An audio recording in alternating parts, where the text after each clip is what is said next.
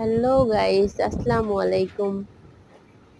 দেখেন তো জায়গাটা সুন্দর না? আমার কাছে তো ওয়েদারটা অনেক সুন্দর লাগতেছে। জানি না আপনাদের কাছে কেমন লাগতেছে। আমার কাছে ভীষণ ভালো লাগতেছে। সবুজ ঘাস, ছোট্ট একটা নদী, আঁকাবাঁকা। আমার কাছে ওয়েদার এতটা ভালো লাগতেছে, বলে বোঝানোর মতো না। টিপ টিপ বৃষ্টি পড়তেছে। বলেন তো, এমন একটা জায়গায় কারেন্ট ভালো না লাগে?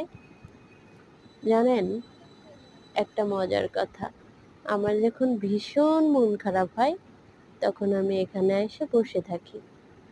বলেন তো, এটা একটা হাস্যকর কথা না?